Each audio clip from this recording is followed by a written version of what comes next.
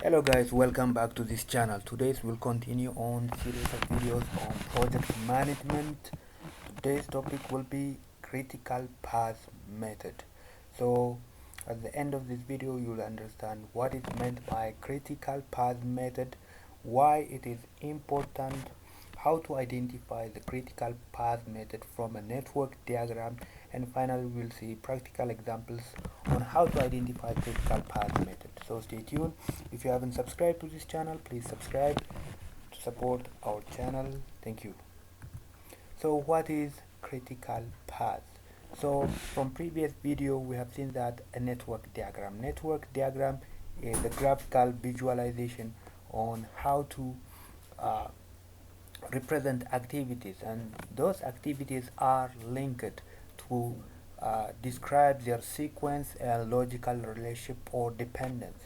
So on network diagram has many paths, and those paths, every path has its corresponding duration. So the critical path is nothing but the longest duration on that network diagram. So the longest duration is known as the critical path. You can also define critical path as the longest path in the network diagram, or the shortest possible duration to complete the project. The shortest possible duration to complete the project. Another important point is on critical path there is no delay. So if activities are delayed on the critical path, it will lead to extended time of the total time of the project. So activities must not be delayed, or there will be no float in critical path. So you can also define critical path as the longest sequence of tasks in project plan that must be completed on time in order to meet the project deadline. So if you want to meet project deadlines, you have to follow the critical path. So let's see this example to get a better understanding of critical path. Suppose you are project manager in certain uh, construction activity or construction business. So you have three paths. On the first you have building 1, second you have building 2, and third you have building 3. Building 1 takes 31 months to complete. Building 2 takes about 30 months, and on building 3 takes 90 months to complete. So as you can see, the longest duration on this network diagram is on building 1, which is 31 months. You can also see that building 2 can be started after 18 months of after starting building 1 18 months. So building 2 can be delayed 18 months, and building 3 can be delayed an extra 12 months. But any delays on activities of building 1 will result on extended time on the deadline. So building 1 must not be delayed. So the critical path will be this path corresponding to building 1. So as you can see from the previous definition, the longest path in the network diagram is the critical path. So what is important? Why is it important to study critical paths? First one is we have a list of activities on a given project. So you have to compare the actual progress with the planned activities. So it helps us to track of activities, So compared planned with actual progress of the project. You can also reduce timelines. What is meant by reducing timelines? The project time can be reduced by reducing non-critical activities. So by employing parallel working, you can reduce non-critical activities. And finally, you identify the most important tasks or critical tasks corresponding to the critical activity. So how to identify the critical path? So you need to follow these 5 steps to identify the critical path. First one is specify each activity based on work breakdown structure. So work breakdown structure is a structure that lists activities within a given project. So you need to list or specify each activities. Once you do that, you have to link or sequence each activity and try to form logical relationship. So you will proceed to constructing network diagram. Once you construct network diagram, you have to determine the activity's duration,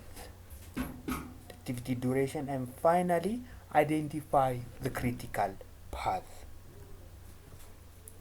So let's see examples on how to determine the critical path. So on the top left corner, there is a list of activities from A to H, their immediate predecessor and their corresponding duration. So let's say you have activity A. Activity A does not have any predecessor. Notice that it does not have any predecessor. Activity B comes after activity A. So the immediate predecessor for activity B is A. Similarly, for activity C, its immediate predecessor is activity A. Notice that activity D does not have predecessor. Activity E succeeds activity D. Activity F comes after activity C. Activity G succeeds activity F, and finally activity H comes after activity E.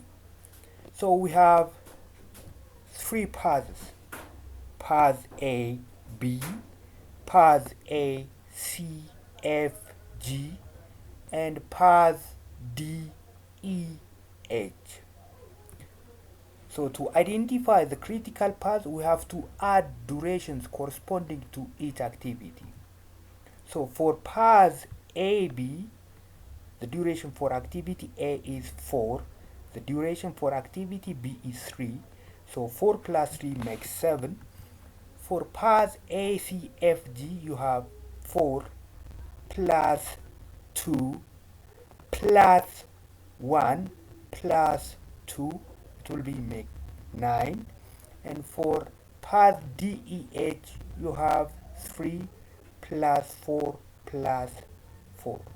So the longest duration of the three paths is path DEH. So DEH is the critical path.